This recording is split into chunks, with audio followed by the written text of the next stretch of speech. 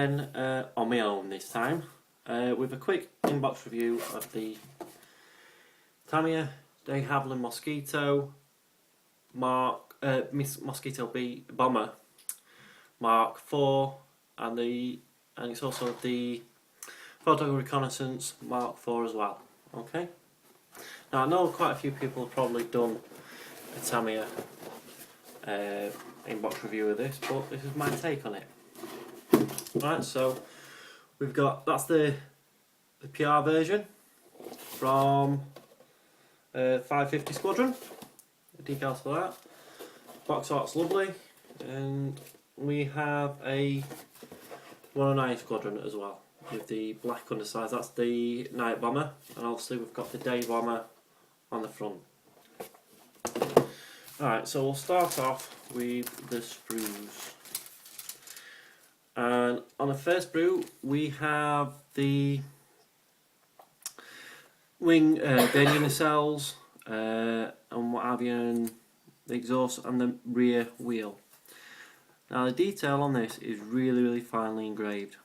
It's the only real place on the Mosquito that's metal. And you've also got the inside of the wheel wells. There is an injection pin mark on the very centre of every single, you won't be able to see it on the camera, but on every single one there is an injection pin mark. Whether I need to get rid of that, it'd be a different story, but we'll have a look at that when I come to build it.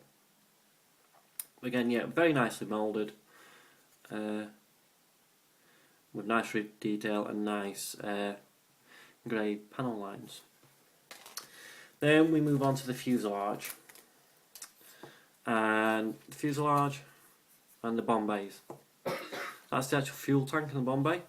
The two fuel tanks there, and we've actually got the cockpit and the two pilots. Now I might have a go at painting the pilots. I normally don't put them in there, but I think this model will deserve it, because it really does look really nice. Can you just see that detail on there? That's the wing spar for the wings. I'm hoping I can do a better job on this than I did on the Revel one I did.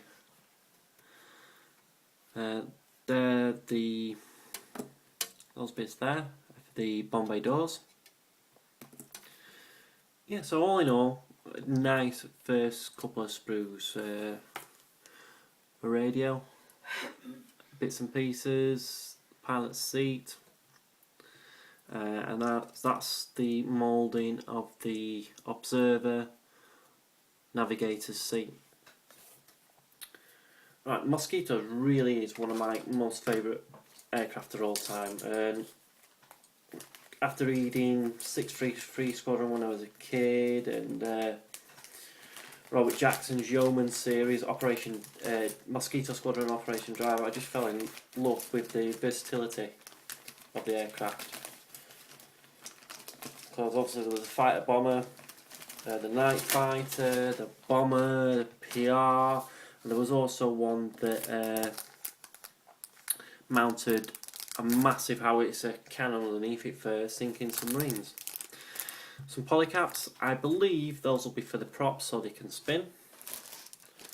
Right, then we've got the nose, the Bombay doors, there's the nose, Bombay doors, and some very nice detail inside, and the cockpit floor with the dials and what have you on there, and what have you.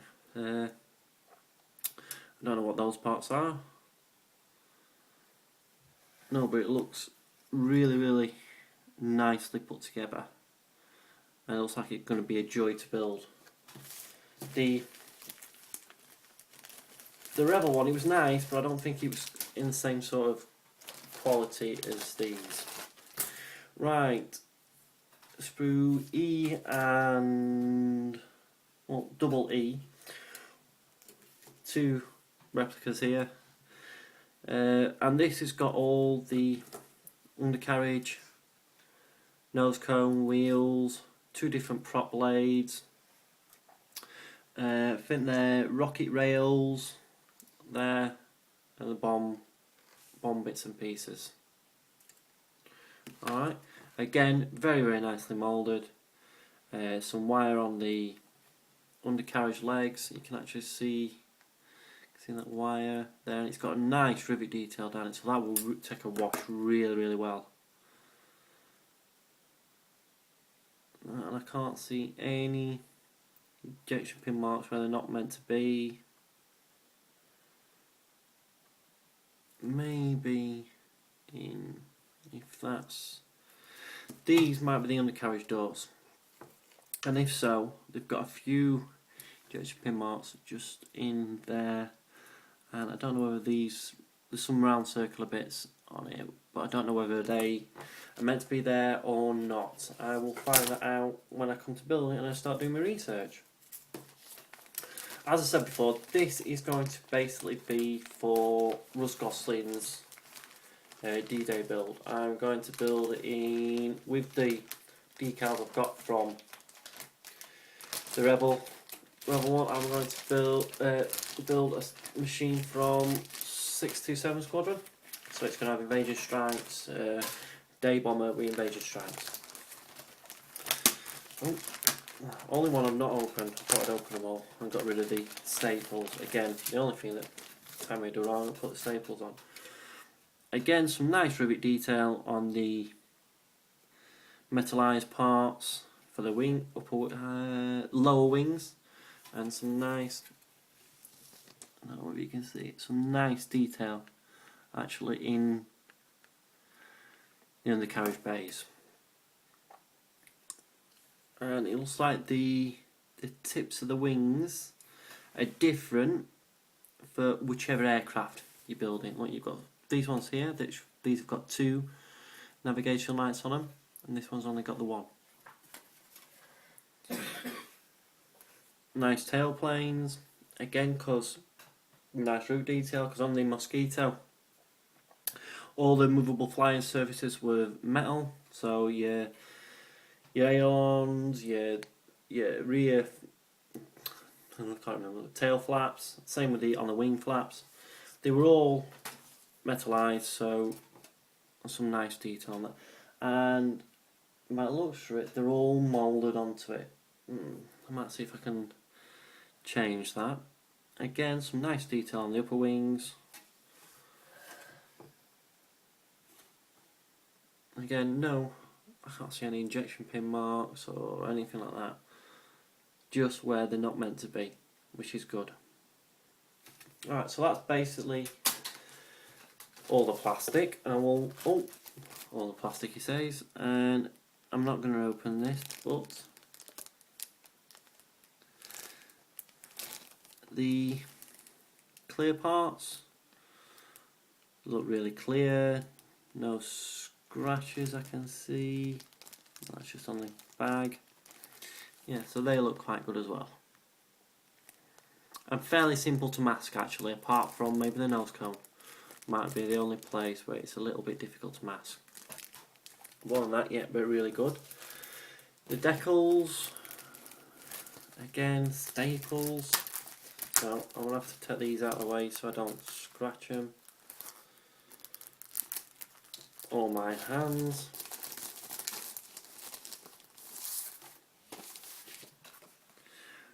Right, they do look really nice, I must admit, but I have had problems with Tamiya decals in the past.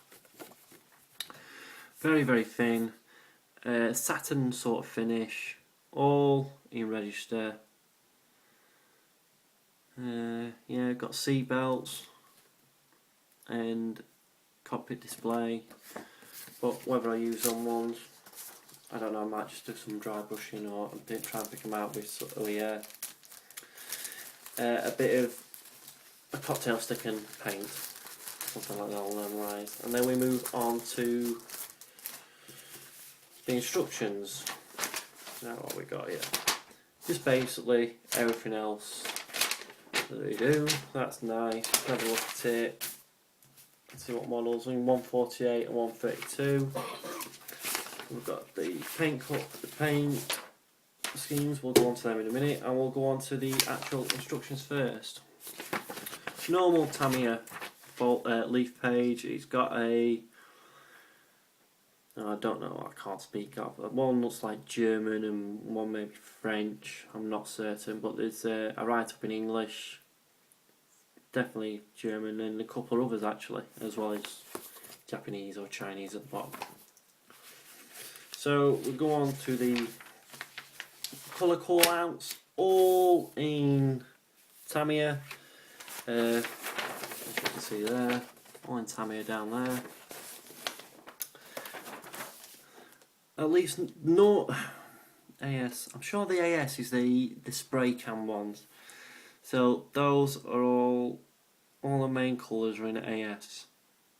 RAF dark green, RAF ocean grey, RAF medium sea grey, and some bare metals and whatever. That's the main colour call outs. And we've got, as I've said before, Bomber Mark 4 from 105 Squadron, a Bomber Mark 4 from 109 Squadron, that's a night fighter, and a Piat photo reconnaissance from 550 Squadron, which is the whole blue scheme. Unusually, you don't start with the cockpit on this build. You start with the engine nacelles, and move on to the wings, as you can see, and wheels. Yeah, so still wings and wheels, and then you don't actually start on assembling parts for the cockpit until step 7. 8, 9 and 10 deal with the cockpit, and then you move on to the underside of the bomb bay because it's all part 1. So you've got your cockpit up there as part of it, and underneath you've got the bomb bay part of it with the fuel cans and the bombs. Yeah, same again. Then it's got the painting of the pilot, where the pilots go into and how to actually fit them in, look. And then you come to joining the fuselage halves and painting the interior of the fuselage. The bomb bay, you've got to cut it down the middle to be able to get it actually pulls it open. Yeah, those polycaps are for the propellers. 19 and 20 deal with the final build of it. Yeah, and like I said, explains the 2 different wing tips.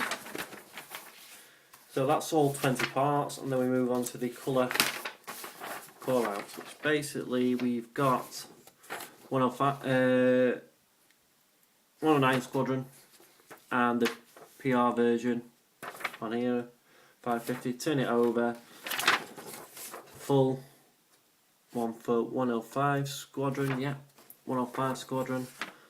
That's probably the one I'm going to be doing. That's going to be the colour scheme, but with evasion stripes.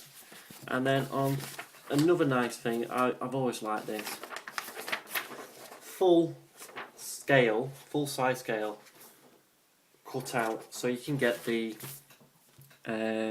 markings right. So the best way to do this is copy it onto a bit of paper, trace it or whatever, get your blue tack, stick your blue tack underneath it, and then pass the naked spray just nice over the top. Yeah, so I'm really looking forward to this. As you saw earlier, I've got a bit of a lemon build for my build, and this is going to be nice. This is going to go together really well. I can just feel it in my bones, feel it in my waters, as they say. Right, well that's it for me, and I will see you on my next video. When it'll be, I don't know. Alright, so see you later. Don't do anything I won't do. Ta-ra.